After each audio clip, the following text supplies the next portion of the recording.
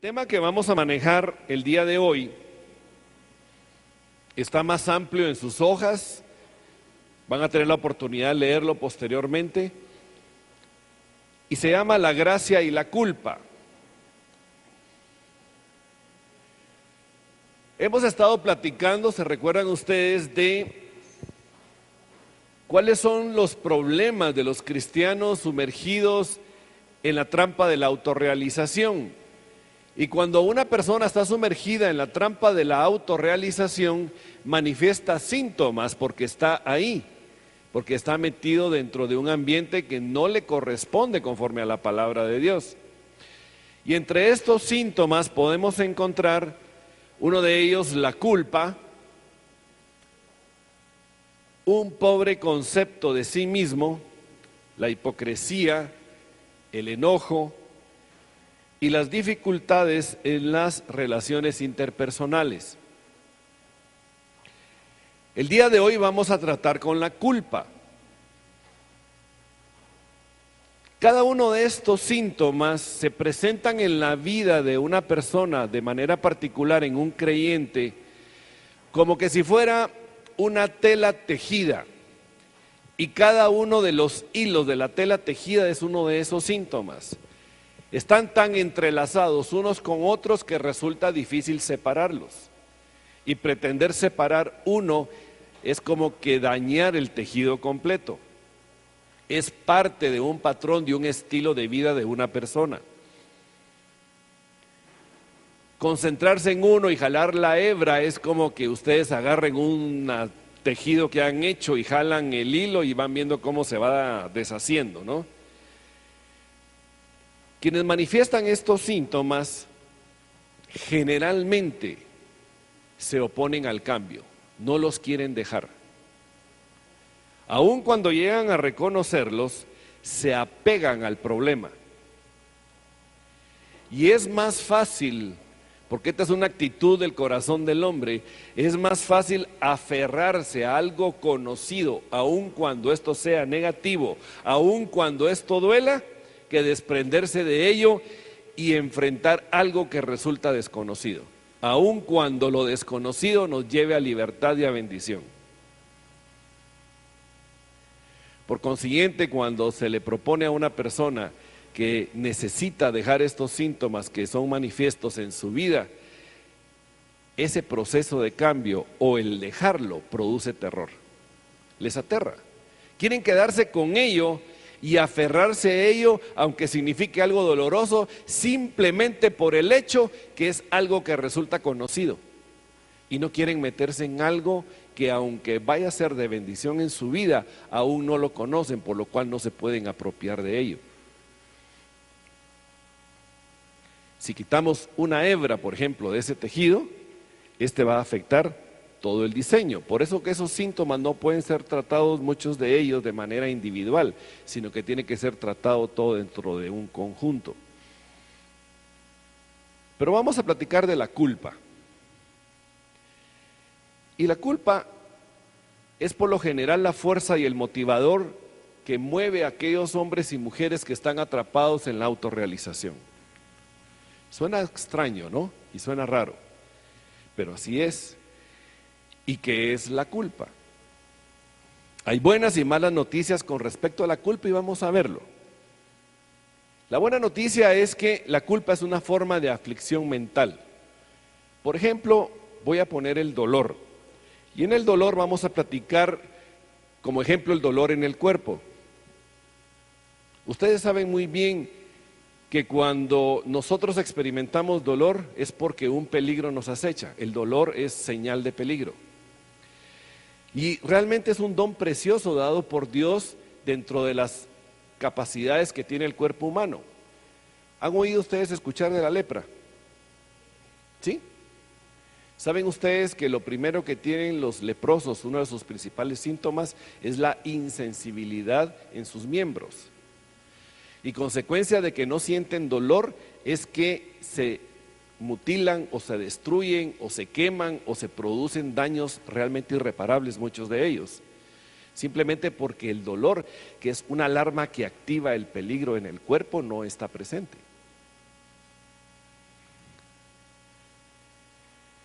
La culpa es una forma de dolor emocional y mental cuando nos sentimos responsables de haber hecho algo o no, algo que viola nuestras normas morales. Dentro de la buena noticia es que también Dios puso dentro de nosotros una reacción a aquello que no está bien, por lo que hicimos bien o por lo que no hicimos bien, y produce una culpa, pero esa culpa no es con el objeto de condenar.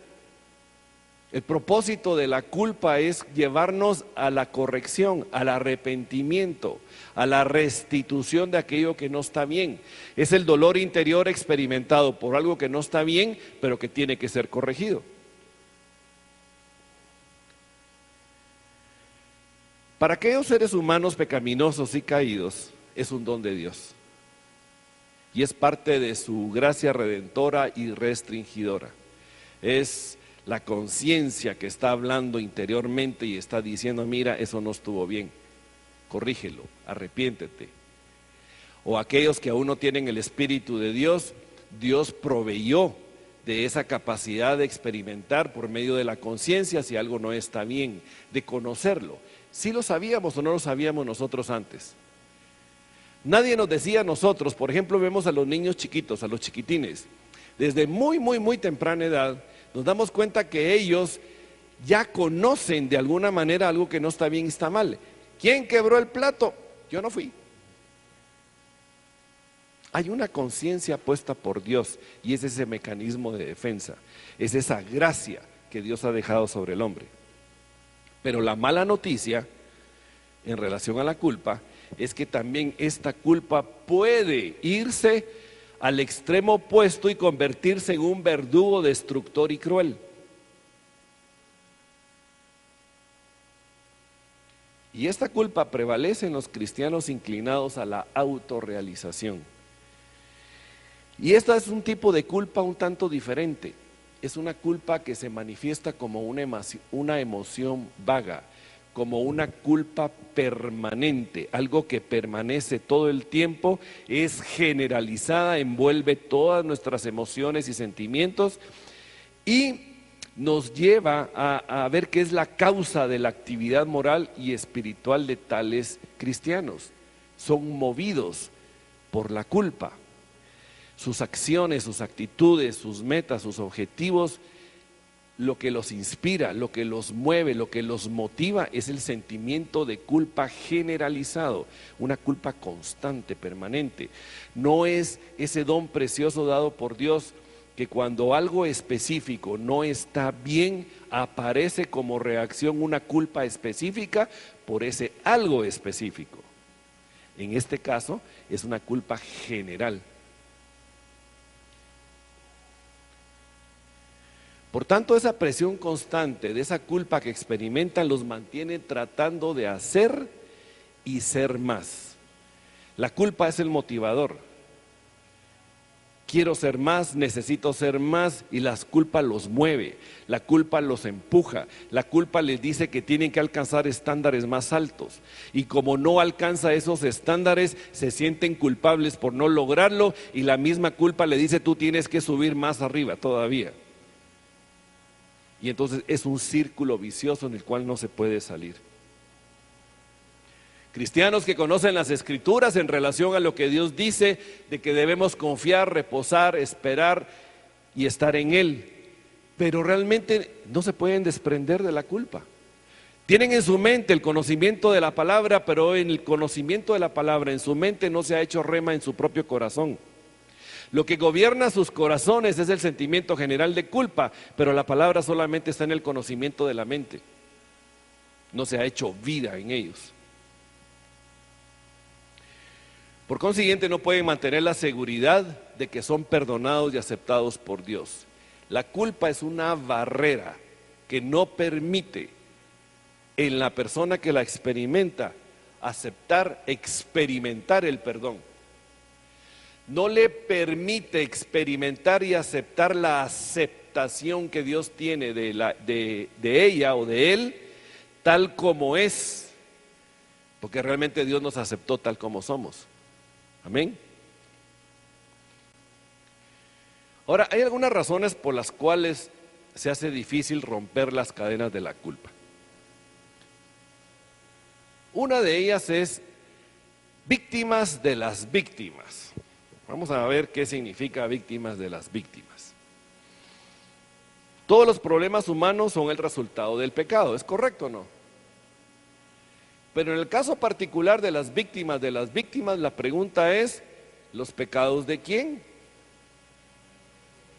Esos problemas, ¿los pecados de quién son? Por lo que un paso fundamental para ser liberados de la culpa innecesaria, uno es aceptar la responsabilidad de mis propios pecados. Yo tengo que aceptar la responsabilidad de los míos. Conozco lo que yo hice mal. Por consiguiente, es parte mía aceptar la responsabilidad que a mí me toca. Pero yo no puedo aceptar la responsabilidad de los pecados que otros cometieron en contra mía. Y las víctimas de las víctimas lo que hacen es, toman para sí la responsabilidad de los pecados que otras personas cometieron en contra de ellos. Ejemplo, ahí voy, yo sé que les gustan los ejemplos. Las víctimas de las víctimas los vemos en el caso de hogares donde la desgracia paternal es manifiesta. ¿Se recuerdan que hablamos sobre la desgracia paternal? Hogares donde el alcoholismo es manifiesto, donde la drogadicción, el maltrato, tanto hacia el cónyuge como hacia los hijos, o el abuso sexual en cada una de sus expresiones y manifestaciones. Quienes ejercen sobre sus víctimas, voy a poner un padre o una madre alcohólicos, ellos son víctimas de una esclavitud que los tiene sumergidos en el alcoholismo, pero a la vez están creando sobre sus hijos o sobre su pareja víctimas también como fruto de su actuar, de su accionar. ¿Sí me estoy explicando? Y un factor que perpetúa estos pecados en las familias y en las generaciones es porque esas cadenas no son rotas. Es porque no ha habido el rescate, la redención de alguien, y que ese alguien escoja por el poder y la gracia de Dios decir, rompo con toda esta cadena que ha venido a través de mis generaciones al día de hoy a mí. Porque ¿qué pasa con estos patrones familiares? Estos patrones familiares son heredados y son repetidos, porque lo que están recibiendo, las víctimas que están recibiendo ese tipo de manejo de enseñanza, de cultura, de desgracia paternal que se vive dentro de la casa, al final de cuentas lo que hacen, aun cuando les desagrada, es reproducir e imitar lo que recibieron de sus padres, porque no saben hacer otra cosa, no han encontrado otra manera de hacerlo. ¿De acuerdo? Vamos a ver el caso de Dolores. En sus hojas van a aparecer dos casos de dos personas, casos reales. Se los voy a resumir de esta manera. Dolores era una jovencita. Era una joven que era asidua a la congregación, permanecía en la congregación, pero a ella la embargaba un sentimiento generalizado de culpa permanente. Resulta que un día llegó a la congregación de ella un evangelista, llegó a predicar como invitado. Y ella tuvo el coraje de abrir su corazón ante este evangelista y le contó lo que había sido de su vida. Resulta que en su vida ella había sido abusada sexualmente por su padre, y este abuso sexual inició a la edad de los 6 años de ella y se prolongó hasta los 9 años de ella.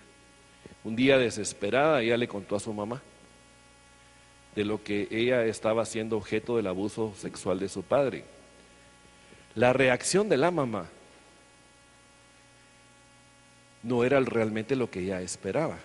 La mamá lo que hizo fue darle una gran paliza y la acusó de seducir a su padre. Tremendo, ¿verdad? No solo ella ya se sentía en una condición degradada, sino que la mamá vino a poner sobre ella una capa de culpa que realmente no tenía. Pero cuando le cuenta esto a este evangelista le responde de esta manera: mira, el sentimiento de culpa que tú tienes no te va a abandonar jamás hasta que tú reconozcas la responsabilidad que tuviste en el hecho. Y este evangelista lo que hace es venir a poner sobre ella una capa más de culpa, adicional a la que ya le había puesto su mamá. ¿Y por qué? El evangelista para ella de alguna manera representaba la voz de Dios.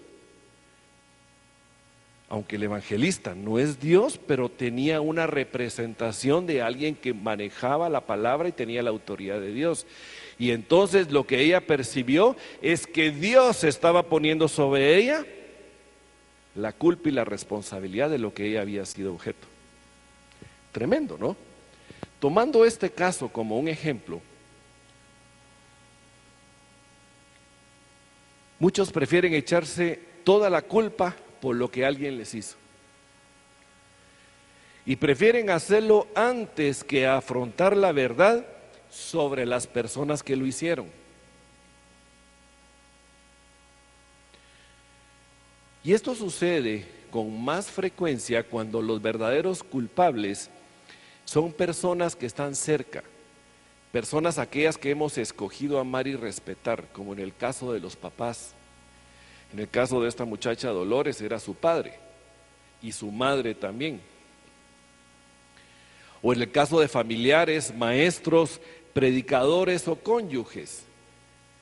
Aun cuando no son responsables de las culpas de ellos, se apropian de la responsabilidad de los pecados de otros.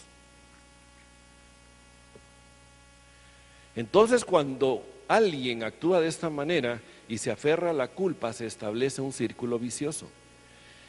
Y es un círculo vicioso que parece una espiral que está cada vez más caminando hacia abajo, hacia abajo, hacia abajo, hacia abajo, y lleva realmente a la desesperación, al deseo de abandonar todo y de morirse, porque pareciera que no hay salida. Y realmente no hay salida porque no hay puerta de entrada para la gracia de Dios. No se le permite a la gracia de Dios llegar y rescatar a la persona de donde está. Su gracia entra solo cuando perdonamos los que han pecado contra nosotros. Necesitamos diferenciar eso. Necesitamos saber que necesitamos perdonar a aquellos que nos han herido. Y no hay verdadero perdón hasta que admitamos lo mucho que nos han herido y cuáles son nuestros sentimientos hacia ellos. Miren, como cristianos podemos caer en la trampa de espiritualizar el dolor o ponerlo como una virtud de que yo lo puedo soportar, que no importa lo que me hayan hecho, no, tranquilo, yo soy muy espiritual, yo lo puedo soportar, y no es así. Realmente la gracia va a venir cuando de una forma honesta, clara, abierta, nosotros podemos expresar cómo nos sentimos como fruto y consecuencia de la agresión que recibimos de otras personas, especialmente de aquellas personas que más cerca están y aquellas a las cuales hemos decidido y escogido amar y respetar. Tenemos que ser honestos, no podemos limitar nuestra capacidad de expresar nuestras emociones y nuestros sentimientos. Resulta imposible realmente mientras nos echemos la responsabilidad por los pecados que ellos han cometido.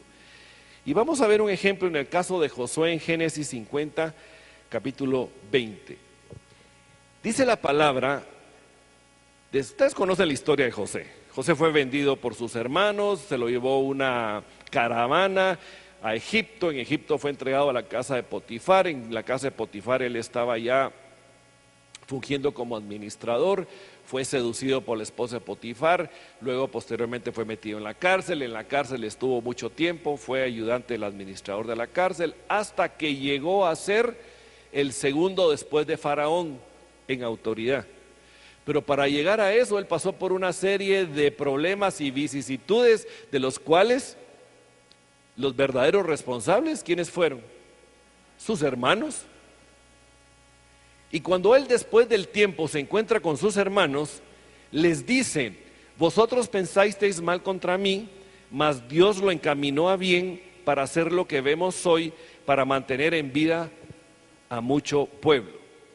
Y generalmente nos centramos en la segunda parte de la cita, donde Dios utilizó todo para bien para preservar la vida de ellos. Pero José no escatimó en expresar los sentimientos que él tuvo a sus hermanos. Y les dijo: vosotros pensasteis mal contra mí.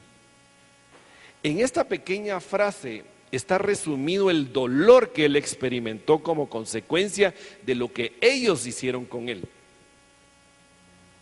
En esta pequeña frase está experimentado una manifestación clara, abierta y honesta de los sentimientos experimentados y vividos, porque es parte del proceso de la liberación de la culpa el poder hablar claramente cómo me siento de lo que otro me hizo.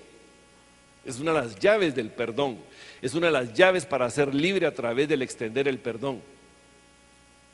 Y eso me lleva también a clamar esa gracia para perdonar a quien me agredió, pero sin ocultar nada del dolor que experimenté.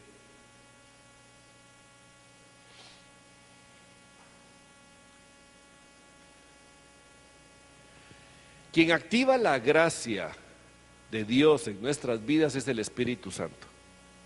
Él es el que activa la gracia. Y mientras haya falta de honradez y falte la verdad en el corazón, Él no puede librarnos de los sentimientos de culpa ni darnos una paz duradera. Porque realmente Él es el que nos muestra, Él es el que nos motiva, es el que nos lleva, el que nos anima. Pero yo no le puedo engañar a Él. ¿Sientes dolor? No, yo no siento dolor. ¿Cómo te sentiste en relación a lo que te dijeron? ¿Cómo te sentiste en relación a lo que hicieron? Nada, no sentí nada, pero en mi interior hay un dolor profundo. Esa negación no permite la operación total y completa del Espíritu Santo en la gracia sanadora y restauradora. Es necesario expresar abiertamente lo que hemos vivido y hemos experimentado. Con mucha frecuencia, y diría yo que es sumamente importante, aquí en nuestra congregación uno de los pilares fundamentales que tenemos es la consejería, y es precisamente en guiarnos y apoyarnos para separar y aprender a separar la culpa verdadera de la culpa falsa. La culpa verdadera es aquella de la cual yo soy responsable. La culpa falsa es de la cual yo me apropio, que es responsabilidad de otros que algo hicieron en contra mía. Ya hecha esta separación de la culpa verdadera y la culpa falsa, lo que me queda es aceptar la responsabilidad por mis propios pecados. Clara, abierta, honestamente y sin quitar nada. Aceptar la responsabilidad por mis pecados no es minimizarlos y tampoco justificarlos, que porque alguien me hizo algo yo actué de esta manera. No. Es, sí, es cierto, yo hice esto y dejé de hacer esto. Clara, lisa y llanamente, sin justificación alguna, sin disminuir, como tampoco es justo aumentar. ¿Estamos bien? Perdonar a quien causó la herida en nosotros y por consiguiente pedirle perdón a Dios por el resentimiento que les tenemos. No podemos negar que cuando alguien nos agrede y produce un dolor en nosotros surge un sentimiento de juicio y condena sobre esta persona. ¿Es correcto o no? No me puedo justificar diciendo que porque me hicieron algo, yo tengo el derecho de actuar y reaccionar de una manera cuando no es así. Yo tengo que pedirle perdón al Señor porque coloco a la persona como acusado y yo me coloco como juez. Y le digo: tú fuiste culpable por lo que me hiciste, por lo tanto mereces condenación. Esa parte que hay dentro de mí, que coloca al agresor como alguien digno de ser condenado, es de la cual yo me debo arrepentir y pedirle perdón a Dios.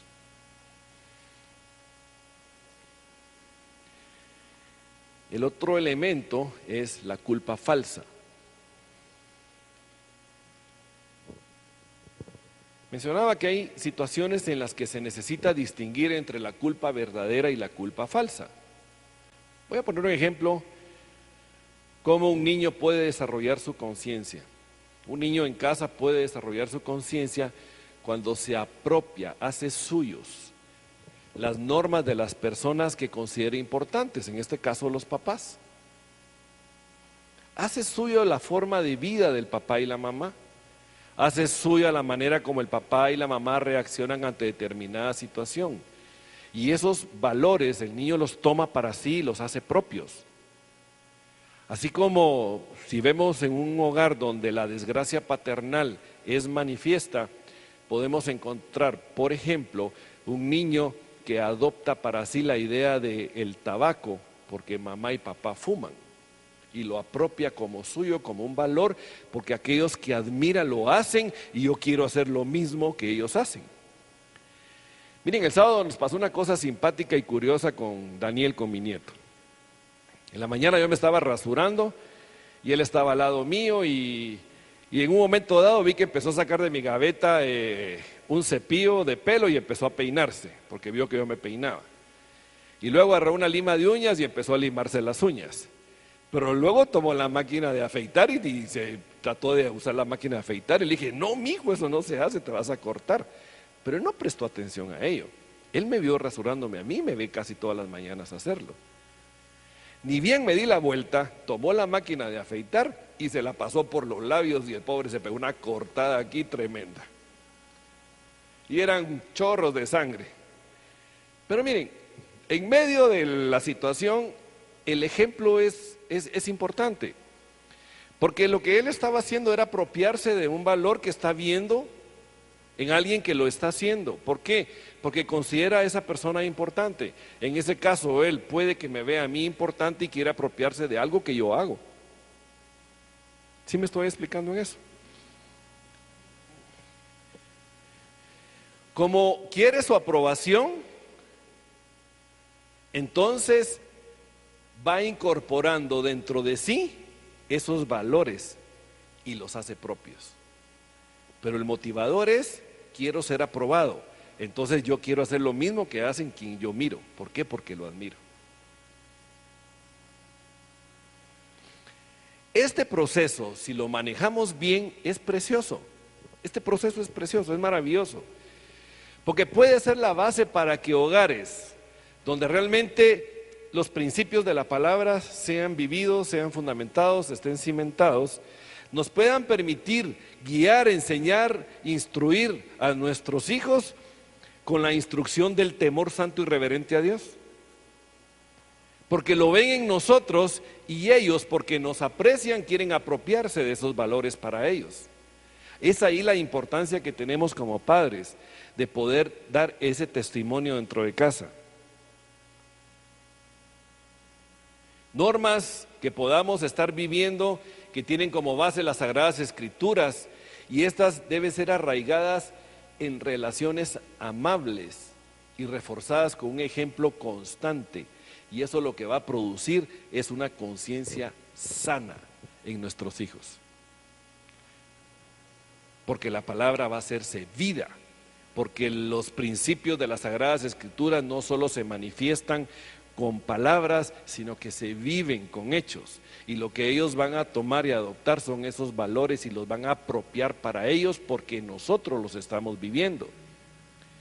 Y es ahí donde tenemos la responsabilidad como padres de manifestar un testimonio honesto, claro, preciso de la palabra, principalmente dentro de las 4 paredes de nuestro hogar, que es nuestra primera iglesia, nuestra primera responsabilidad. Pero, sin embargo, también puede llevarnos a otro extremo y puede también ser el medio para desarrollar una conciencia deteriorada y una conciencia demasiado sensible que pueda inundar al cristiano con una aplastante sensación de culpa. ¿Cómo? Esto ocurre cuando se pone un énfasis excesivo en reglamentos, reglas que no tienen mayor importancia. Se le da más importancia a las cosas no esenciales, aquellas reglas que no tienen realmente valores de vida,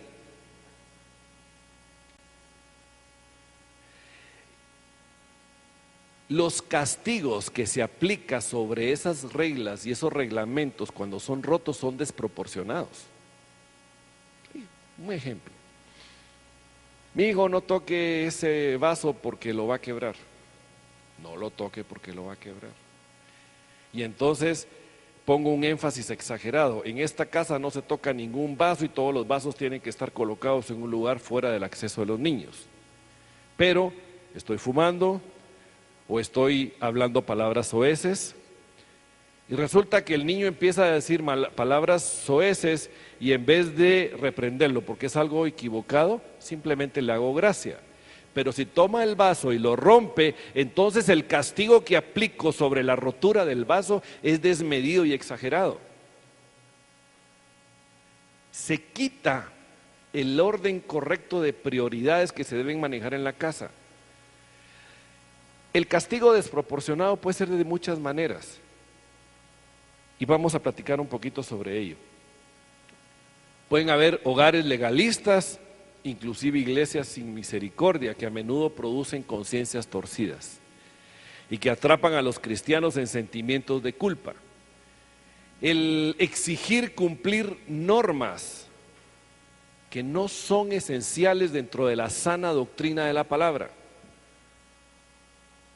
O una iglesia puede manejar una actitud extremadamente legalista, como por ejemplo en la forma de vestir de las mujeres de la congregación. La palabra nos habla de que debemos ser rescatados, pero lo más importante es la belleza del corazón más que la belleza externa, ¿correcto? Pero iglesias que ponen énfasis más en la forma como se visten exteriormente que en desarrollar la belleza interior del corazón. Ese extremo de legalismo puede llevar a desarrollar conciencias torcidas, conceptos equivocados y erróneos del bien y del mal. Y se agrava más cuando tal hipersensibilidad de la conciencia es realizada por medio de la extorsión espiritual o emocional. Esto es decir, cuando se emplea la culpa para controlar o manipular a las personas. Como tú hoy te pusiste aretes, eres culpable, ve a pedirle perdón a Dios porque eso es desagradable a Dios. Eso es una mente legalista y lo que se está haciendo es una manipulación para producir sobre la persona una reacción como consecuencia de la culpa impuesta.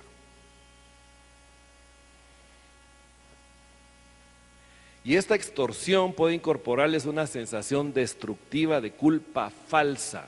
Esta es culpa falsa. Y esta culpa falsa los puede mantener atrapados en el molino de la realización personal.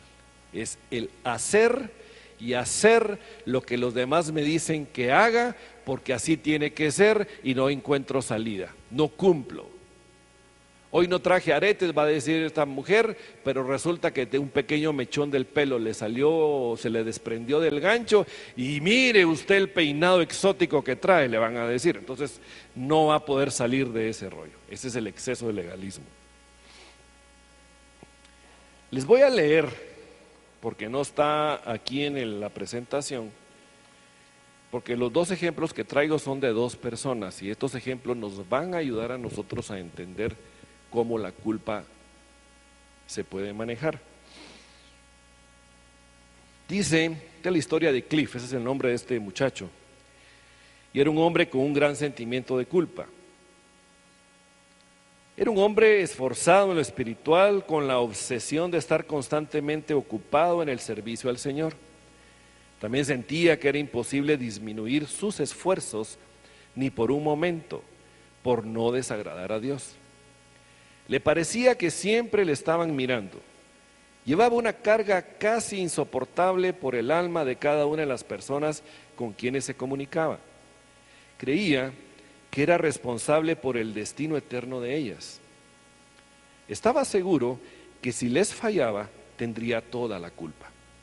Varias veces sus amigos cercanos lo habían salvado de una crisis nerviosa al casi obligarlo a tomarse unos días de descanso y darle su apoyo cariñoso. Así se sentía aún más culpable, pues pensaba que Dios estaría aún más descontento y disgustado porque él no se había esforzado más. Tomando como inicio esta introducción de la vida de este hombre, lo que podíamos, o la persona que presentó este caso nos manifiesta, nos muestra, es que su historia familiar estaba saturada de extorsión espiritual y emocional.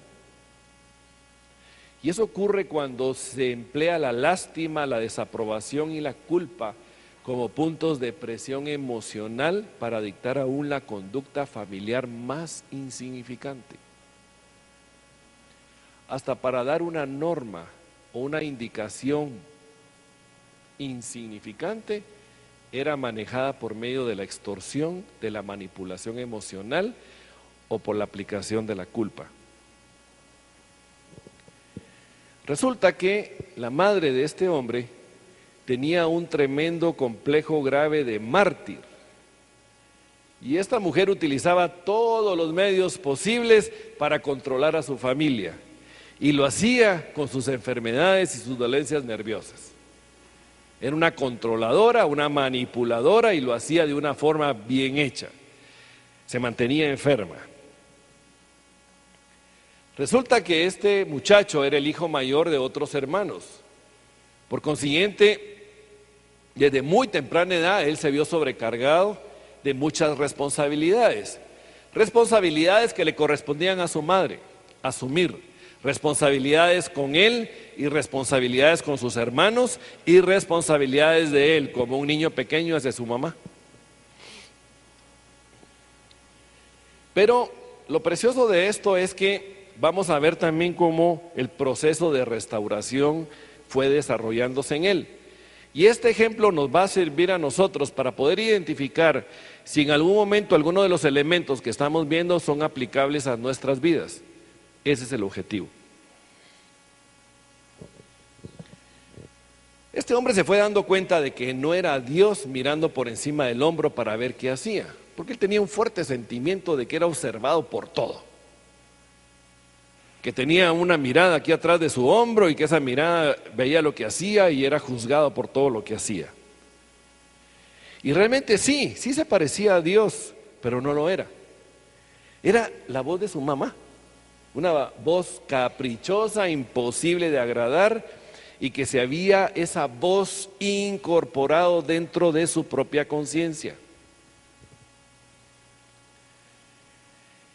Él continuamente se examinaba y hacía introspecciones de que todo lo que se tratara de su vida espiritual, cuando oraba, cuando leía la Biblia o testificaba, era como si se mirara a él mismo haciéndolo. Eran introspecciones permanentes que resultaban dolorosas y realmente destructoras. Esto es como, ¿han visto ustedes en los edificios altos, los rascacielos? ¿Han visto que los que limpian los vidrios exteriores usan unas plataformas, están parados dentro de las plataformas y están realizando su trabajo de limpieza de los vidrios? Esta introspección era como que el que estaba limpiando los vidrios para apreciar el trabajo que estaba haciendo y calificarlo, lo que hacía era 2 pasos para atrás para ver cómo quedaba. Imagínense, lo llevaba era a desbocarse en un hoyo que lo llevaba a la destrucción. Esta introspección tenía una característica parecida. Cuando este hombre logró conocer las características del sistema familiar en el cual él vivía, le ayudó mucho a entender sobre sí mismo y sobre sus padres, porque él había formado dentro de sí una idea realmente equivocada, totalmente diferente a la realidad. Primero necesitaba aprender a perdonar y a amar. El punto básico. Y a la primera persona que necesitaba aprender a perdonar y amar era su madre. Y necesitaba afirmación y ánimo mientras se desarrollaba ese proceso, mientras aprendía a resolver sus propios sentimientos de culpa, porque él vivía sumergido en la culpa era su motor, su motivador. Obviamente salir de ello no es de la noche a la mañana. Obviamente salir de ese sentimiento de culpa y de ese hoyo de la desesperación es un proceso que va desarrollándose paso a paso. Y dentro de ese proceso es necesaria, es vital la intervención del Espíritu Santo. Él es el único que puede sacar a una persona de ese hoyo de desesperación. La intervención poderosa, maravillosa del Espíritu Santo operando, ministrando la maravillosa y preciosa gracia de Dios. Solo Él puede. Si hay un consejero que interviene dentro del proceso, realmente el consejero lo único que hace es ser un colaborador, diría yo, del Espíritu Santo, porque el que verdaderamente hace la obra es el Espíritu de Dios. Amén. Este caso, como muchos otros que pudiéramos identificar después de oír este ejemplo, surgen de la desgracia paternal en su concepto no bíblico y sin misericordia del Dios que se nos revela en Jesucristo. El ejemplo de este hombre ustedes lo van a encontrar completo en sus hojas. No lo voy a leer completo. Por favor, tomen sus notas, lo leen en casa, porque el tema de hoy es un tanto largo.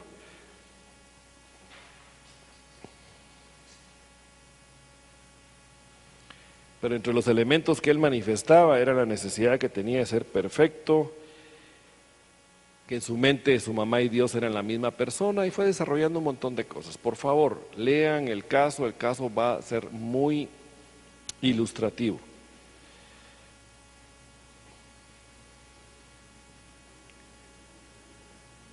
Bien, decía, en este caso como otros surgen de la desgracia paternal en su concepto no bíblico y sin misericordia del Dios que se nos revela en Jesucristo. Aquí la mamá de este muchacho realmente aparecía como el Dios, la voz de Dios detrás de él, porque también ella manejaba una extorsión de carácter espiritual sobre sus hijos y sobre su familia. Entonces formó en este hombre un concepto de un Dios inestable, que no es la imagen del Dios verdadero, un concepto de un Dios inestable, ilógico, imposible de agradar. ¿Por qué? Porque su mamá era una mujer inestable e imposible de agradar. Y un Dios cuya aceptación y amor tenemos que ganarnos mediante un desempeño perfecto. Y ese concepto, esa imagen de Dios puede estar arraigada en la mente, en el corazón de cualquiera de nosotros. Ese concepto de querer agradar a Dios por medio de un desempeño perfecto puede estar presente en nuestra vida de una u otra manera y necesitamos descubrirlo. Ese mal concepto de Dios nos lleva a un concepto deficiente de lo que quiere Dios de nosotros. Y esa es una idea torcida de la manera como Él se relaciona con nosotros y quiere que nosotros nos relacionemos con Él. La manera como Dios quiere relacionarse con nosotros y cómo quiere que nosotros respondamos a ello es totalmente diferente al concepto erróneo que se pueda formar dentro de nosotros como consecuencia de haber sido objeto de la manipulación por medio de la culpa, por medio de el chantaje espiritual y emocional que en algún momento pudimos haber tenido de alguien en nuestra vida. Necesitamos despojarnos de esas ideas equivocadas y erróneas y encontrar realmente la imagen perfecta, pura, maravillosa y preciosa de un padre que busca a sus hijos permanentemente. Amén. Y de la manera como Él quiere que nos relacionemos con Él. Él quiere que nos relacionemos con Él tal cual somos y tal como somos, sin escondernos. No como Adán y Eva que se ocultaron poniéndose un tapado de hojas de higo. ¿Por qué? Lo que estaban buscando era esconder, no manifestar realmente quiénes eran.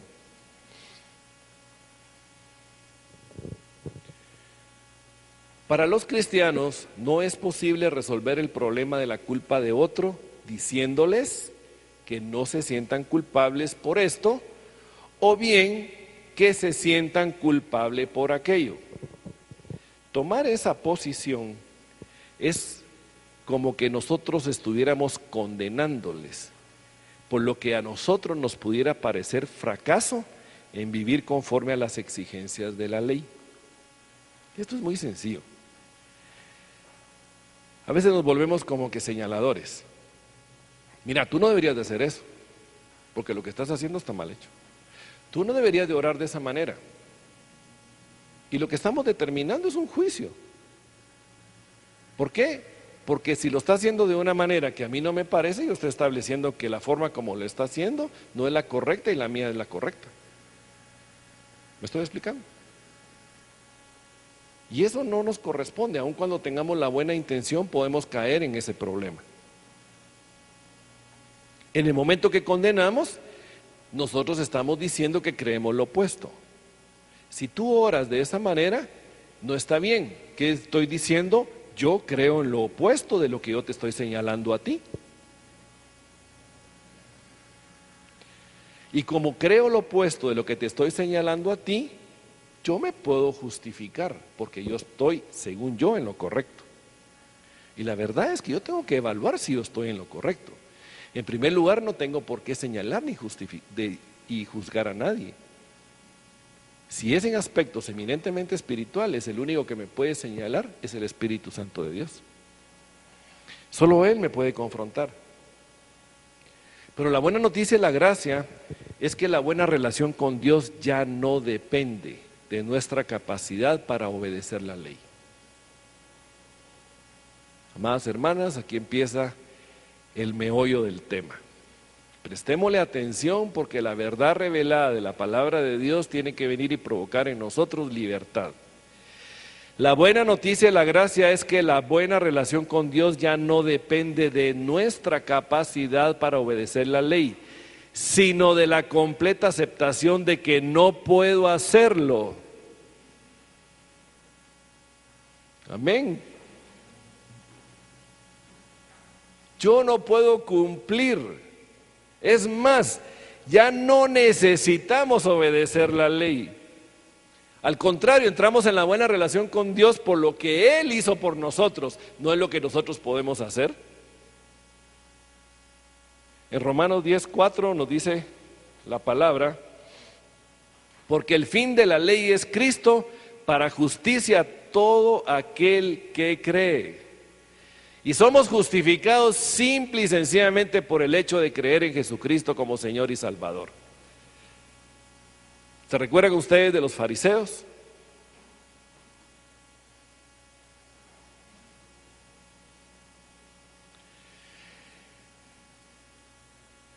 Necesitamos ser libres de culpa.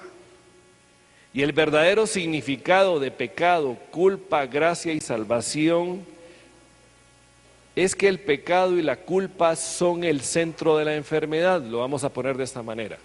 El pecado y la culpa son el centro de la enfermedad, la gracia y la salvación son el remedio para esa enfermedad. Está bonita la analogía, ¿verdad? Mientras que la conciencia puede acusarnos de violar nuestras normas morales o las voces incorporadas de la desgracia paternal de la cual fuimos objeto y de la cual nosotros sufrimos, nos pueden llenar de toda clase de culpas falsas. El Espíritu Santo no nos condena por no haber sido buenos. Eso debe tener claridad en nuestra mente y en nuestro corazón. El Espíritu Santo no trae a nosotros idea de condenación por no haber sido buenos. Realmente el no haber sido buenos era el requisito para recibir la gracia. Y nos convence, dice Jesús, de pecado por cuanto no creen en mí. Juan 16:9.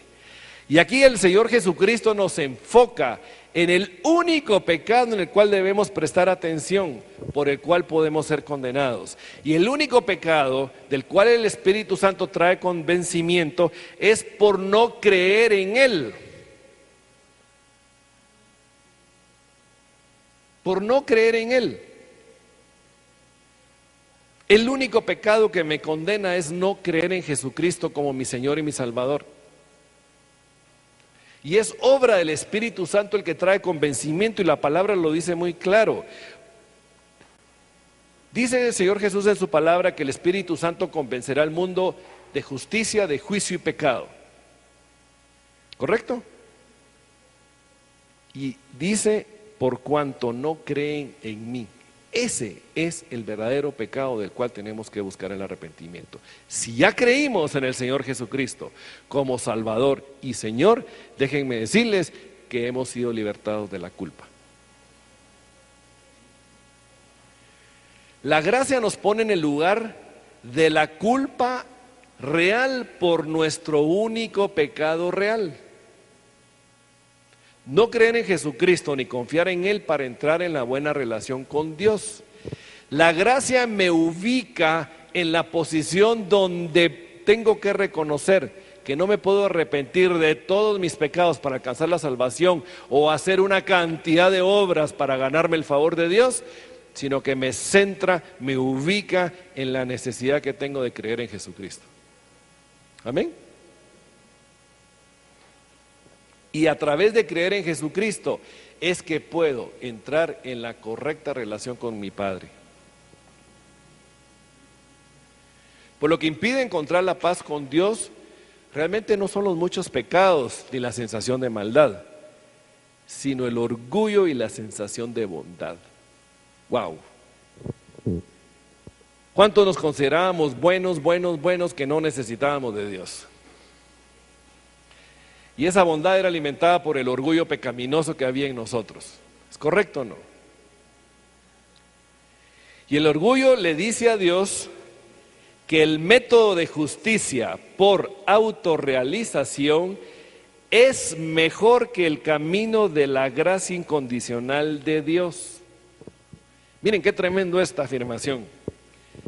El orgullo le está diciendo a Dios: Dios, Señor, el camino que tú escogiste para que lleguemos a ti no es el correcto. Tú te equivocaste. Yo sí sé cuál es el camino. Y el camino es que me voy a realizar y me voy a esforzar por ganarme lo que tú me estás ofreciendo de gratis, porque yo no quiero nada de gratis. Tremendo el orgullo como nos maneja, o no nos manejó así antes. La pregunta es, ¿nos sigue manejando de una forma sutil aún ahora todavía?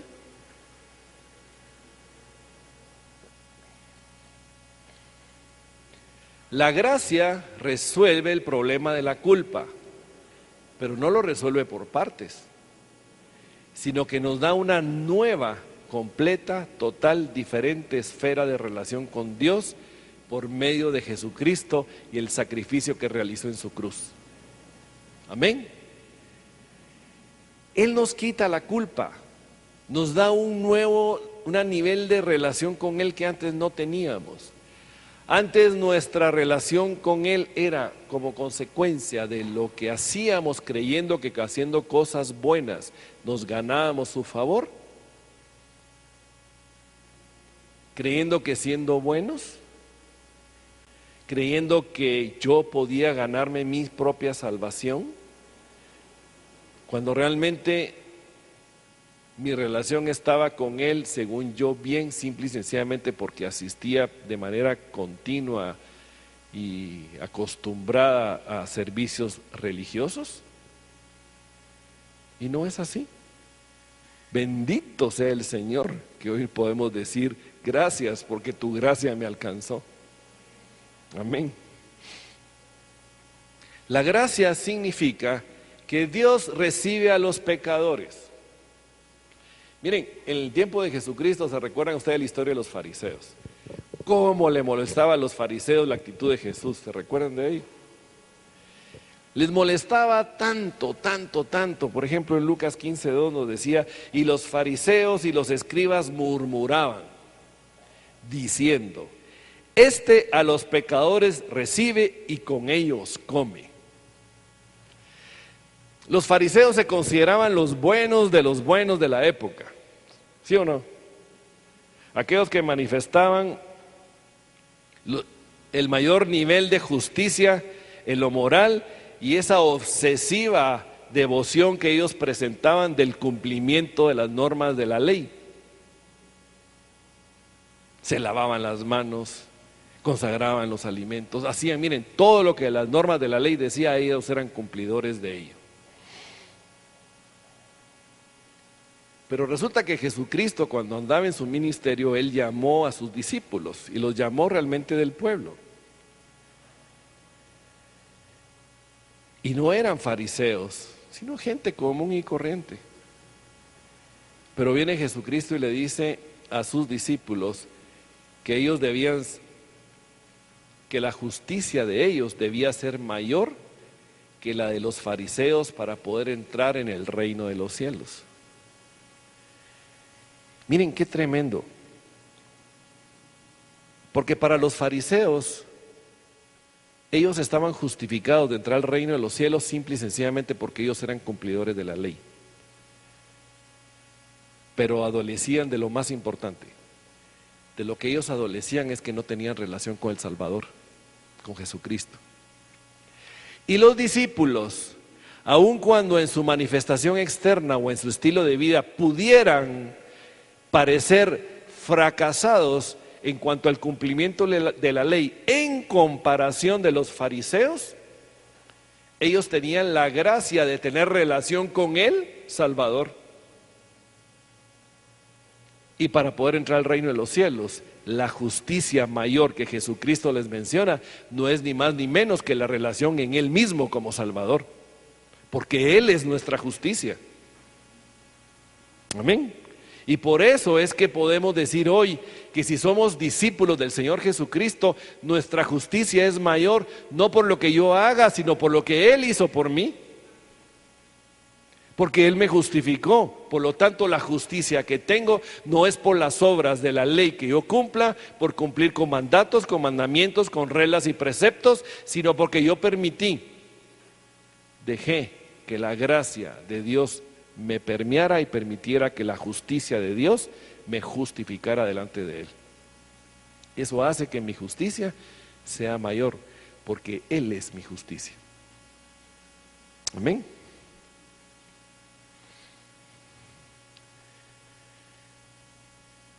Esto distinguía a los discípulos, no eran admirables en lo moral, ya lo vimos. Los pecados morales de los fariseos estaban ocultos. Ellos, sus manifestaciones eran eminentemente externas, mientras que los fracasos de los discípulos se presentaban delante de todos. Ya lo dije, la diferencia estaba en su relación con Jesús.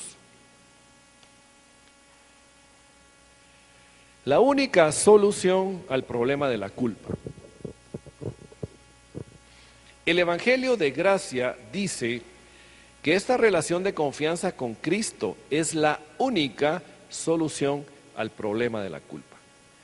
Solo en mi unidad en Cristo Jesús yo puedo encontrarme libre de culpa y condenación, porque es Él quien me libra de culpa y condenación. Romanos 8, 1 y 2 dice la palabra: ahora pues ninguna condenación hay para los que están en Cristo Jesús. Ninguna condenación, ninguna acusación, ninguna culpa. Amén. Los que no andan conforme a la carne, sino conforme al Espíritu, porque la ley del Espíritu de vida en Cristo Jesús me ha librado de la ley del pecado y de la muerte. Me ha librado de la culpa. Me ha librado de todo aquello que me tenía bajo condenación. Amén. Bien, aquí termina la clase de hoy. Perdón que fui un poquito rápido, pero por eso quise entregarles las hojas un poquito más amplias, de manera que en casa las estudien, las vean, las revisen y reforzar lo más importante.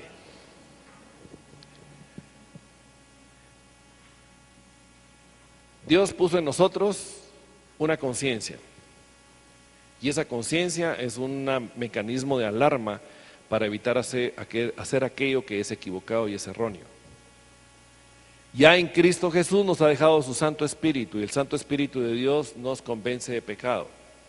Y de ello tenemos que experimentar dolor por el pecado cometido, que le podemos llamar culpa, pero es una culpa que nos lleva al arrepentimiento, no es una culpa que me lleva a la condenación. Si otra persona me agrede, me hace algo, produce en mí algo que me causa dolor, yo no puedo hacer mía la culpa de los pecados de las personas que me ofenden y me agreden. Pero sí necesito reconocer con total, completa amplitud y libertad y sin escatimar nada el dolor recibido y el dolor experimentado. Y clamar la gracia de Dios para extender el perdón y pedir el perdón a Dios y a las personas a quienes yo juzgué como fruto de las emociones y sentimientos que experimenté por lo que me hicieron. En Cristo soy libre de culpa. En Cristo soy libre de condenación. Si alguno de ustedes en algún momento experimentó algo de los ejemplos que aquí nosotros presentamos, y pueden haber muchos otros más, déjenme decirles que la palabra es muy clara cuando dicen que todo lo viejo pasó y todo es hecho nuevo. Nosotros somos nueva creación en Cristo. Nosotros hemos sido liberados, rescatados, restaurados. No hay condenación sobre un hijo de Dios porque Cristo tomó para sí toda la condenación. Lo que Él quiere es que tú y yo vivamos en libertad, que no podemos aceptar culpas ajenas, sino que realmente lo que necesitamos es caminar en la gracia permanente de Dios en nuestra vida. Decirle no a aquellos que quieren imponer sobre mí cargas que no me corresponden, porque no tengo por qué llevarlas. Cada quien es responsable de sus propios pecados. Nos ha sido dada gracia, pero también nos ha sido dada provisión.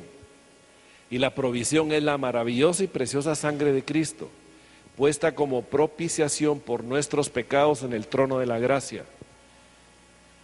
Trono al cual podemos nosotros entrar libremente y clamar gracia para el oportuno socorro. Y si alguna de ustedes está sintiendo en este momento que se siente atrapada en la culpa, en esa culpa falsa, clámele al Espíritu Santo de Dios, pero también busque ayuda. Busque ayuda de un hombre o una mujer prudente, sabio en consejería, que le ayude en el proceso de caminar en la liberación de la falsa culpa. Para eso el Señor ha establecido su iglesia, para eso el Señor nos ha constituido a todos miembros de la misma iglesia y ha dado dones, aptitudes y talentos a unos de una manera y a otros de otra manera. Pero no nos olvidemos que el único que nos libera es el poder y la gracia de Dios por medio de su Santo Espíritu. Amén. Vamos a orar. Padre, amado Señor, queremos darte gracias por tu Hijo, amado Jesús. Gracias, amado Señor, porque Jesús, tu Hijo amado, tú lo enviaste para rescatarnos, para liberarnos, Señor, de toda condenación y de toda culpa. Porque se ha subido en esa cruz y en esa cruz ha llevado los pecados de toda la humanidad, ha llevado las culpas de toda la humanidad y por consiguiente se llevó mis culpas, pasadas, presentes y futuras. Hoy, Padre, quiero darte gracias porque realmente tú has venido a mí y te has acercado a mí, no porque yo haya podido alcanzarte a ti por mis buenas obras o por lo que yo creía que haciéndolo bien podía ganarme tu favor o podía ganarme tu aprecio. Tú me has amado desde antes de la fundación del mundo. Tú me has amado y me has hecho tuyo aun cuando yo era enemigo tuyo, dice tu palabra. Tú has enviado la gracia de la salvación para nosotros cuando aún nosotros estábamos alejados y apartados de ti. Tú lo has dado todo por nosotros. Y hoy queremos apropiarnos de esa verdad, Padre. En el nombre de Jesús, clamo la gracia para poder hacer una introspección honesta, clara y sincera de mi vida, de la vida de cada uno de los hermanos y hermanas que me están escuchando. Que el Espíritu Santo de Dios traiga convencimiento de justicia, de juicio y de pecado. Que si no he recibido a Jesucristo como mi único Señor y Salvador, clamo gracia para poder aceptarte a ti, Jesús, como mi único Salvador y Señor, sabedor que la única puerta de la libertad eres tú. Padre, los que estamos en ti, y si estamos atrapados en la manipulación, en la culpa, en el chantaje emocional, en el legalismo, yo te clamo en el nombre de Jesucristo que rompas esas ataduras en este momento. Que quites de nosotros, Señor, cualquier atadura que nos tenga atadas en la autorrealización por lo que tengo que hacer o porque los demás quieren que yo haga, que no viene de ti. Señor, concédenos la gracia de apegarnos a la verdad de tu palabra y lo que tu palabra nos muestra y nos dice. Concédenos la gracia de ser dóciles a lo que tu palabra nos dirige y nos guía, porque luz es tu palabra, lumbrera en mi camino es tu palabra, y tu Santo Espíritu, Señor, me reafirma, me guía y me conduce. Padre, en el nombre de Jesucristo clamo el mover de tu Santo Espíritu en este momento, un mover de libertad, un mover de restauración, un mover en donde nos concedas la gracia del perdón.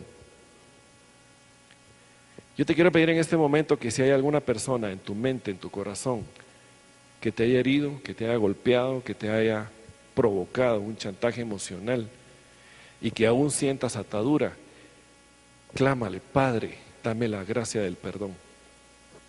Y ahí exprésale al Señor tus emociones y tus sentimientos por lo que esta o estas personas hicieron sobre ti. Y si tienes dificultades para poder manejar esa situación, levanta tu mano, alguien llegará a orar por ti.